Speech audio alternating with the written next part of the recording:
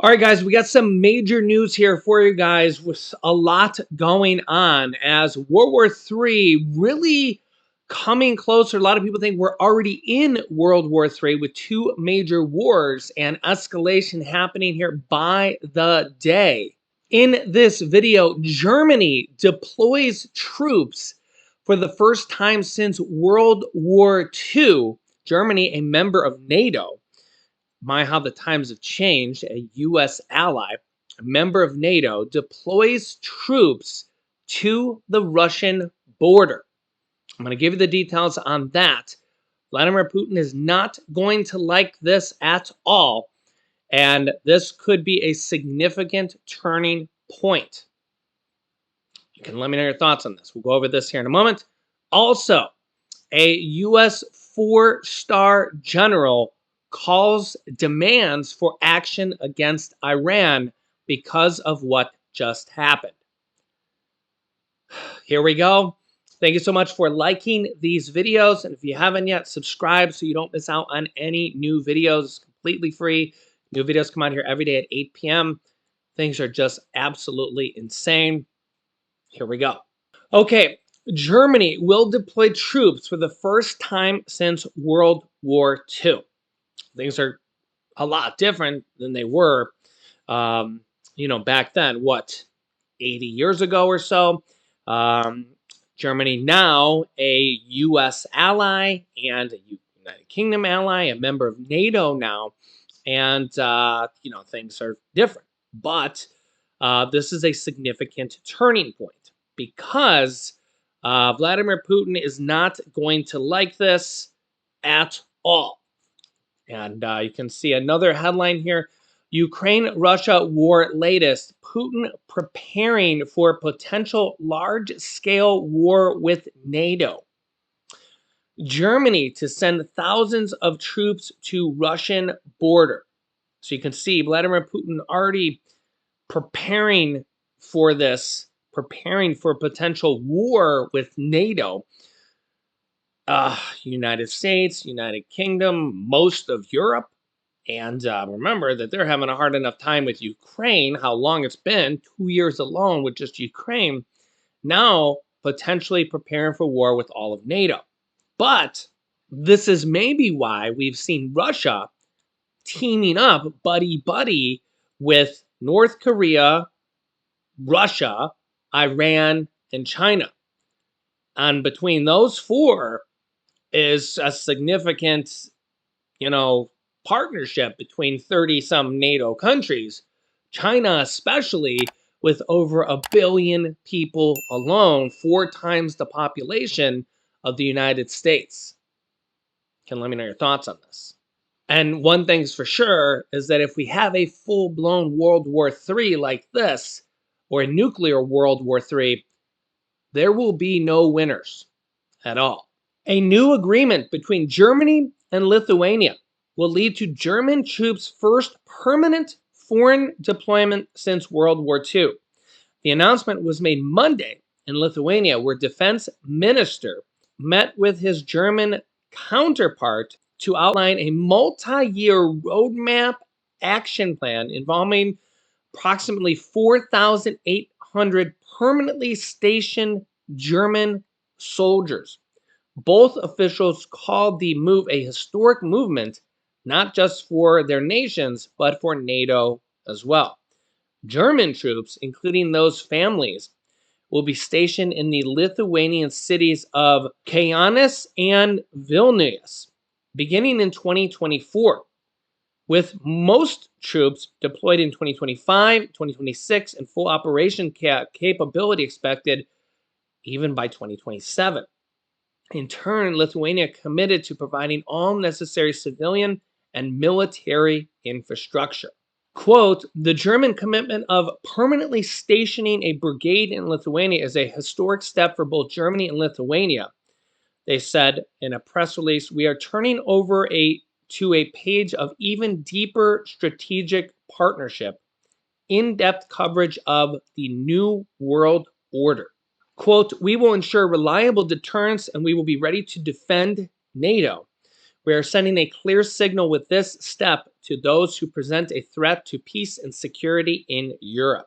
Russia and Vladimir Putin already not happy about this, and they're sending their Russian prime minister to China this week to deepen their ties with China.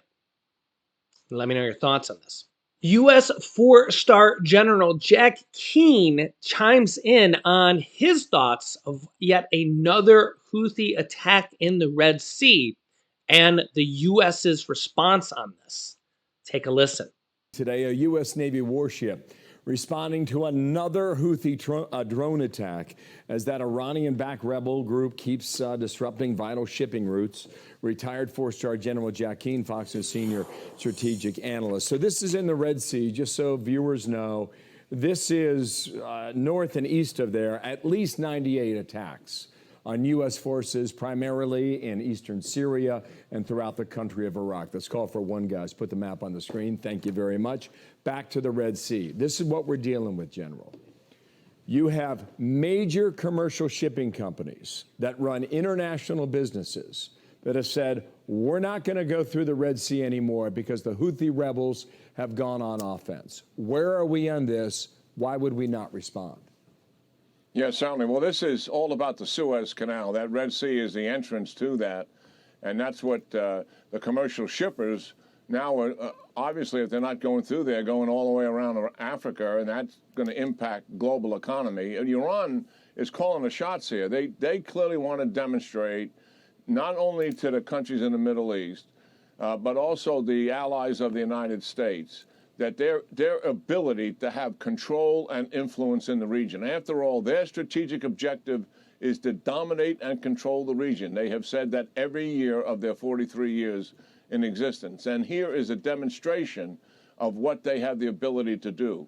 I think it's really quite shameful that the administration is likely waiting until soldiers or sailors get killed in this. I mean, the idea of having a military is to deter.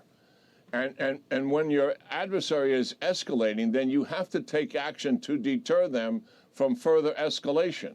And that is what we have failed to do here. What needs to be done, Bill? We have to conduct a significant attack against Houthi capabilities, rockets, missiles, storage sites, and their command and control. Not a pinprick. I'm talking about a destruction of their major capability. Secondly, we need to do something with Iran. I always suggest go to the IRGC, who controls these proxies, not just the Houthis, but the 100 or so attacks you referenced on the map of our bases in Iraq and Syria. Take some of that capability down so that they understand we really mean business, and if they continue, we'll do more of the same. Well, if we don't do that, much of this is going to continue. Yeah. Amen to that, General. From over the weekend, on your point about Iran, listen here.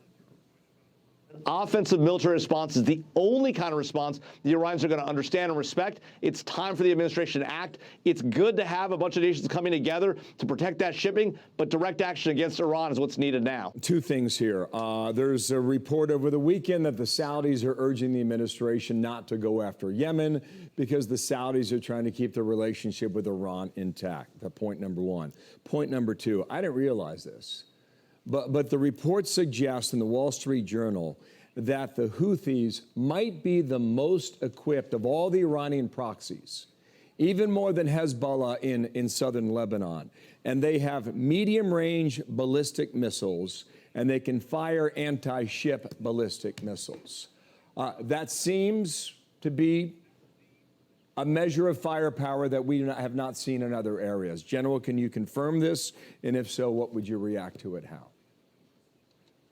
Yeah, a couple things. Well, first of all, on the Saudis, they have a truce with the Houthis, so the war has stopped between Saudi Arabia and the Houthis, and they don't want to destabilize that and go back to it. I think we take the Saudis' counsel, but we act in the interest of the United States.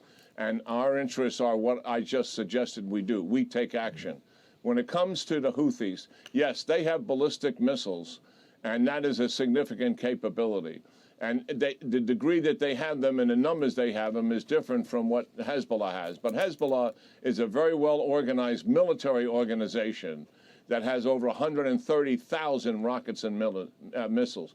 Both of them are formidable. Hezbollah still is weighted, certainly because of the scale of their ground forces and also of the missiles and rockets that they have. But both formidable opponents and both proxies to Iran, where Iran calls the shots. That is what we have to clearly understand here. Well, if we take action against them, I should say, it will be major news, and we await to see whether or not that happens. So let me know your thoughts here in the comments. Obviously, we're going to have some people say that, if we take action against Iran, you're going to have, however you want to say it, we have people who pronounce it both ways, right? You're going to have people that say, oh, well, then you could cause a larger war with Hezbollah, and the United States could actually be a war, and then you could blame Biden. On the other hand, you're going to have a lot of people that are already saying, actually, like me, how many times are we going to let the United States military get attacked over there? And these military troops, we have tens of thousands of them already over there getting attacked, and we're just letting it happen. It's actually a tough situation, but at this point, the United States looks very, very weak. Let me know your thoughts here in the comments. I'll keep you up to date here with everything happening here on a daily basis. Thank you for liking and sharing these videos. It helps other people see this information, especially liking. And if you haven't yet, make sure to subscribe down below so you don't miss out on any new videos that come out here every day at 8 p.m. Eastern Standard Time. Also, we will be starting the Christmas trivia questions, I think, tomorrow. So stay tuned for that. Click here on why you may need to check your medicine cabinet immediately.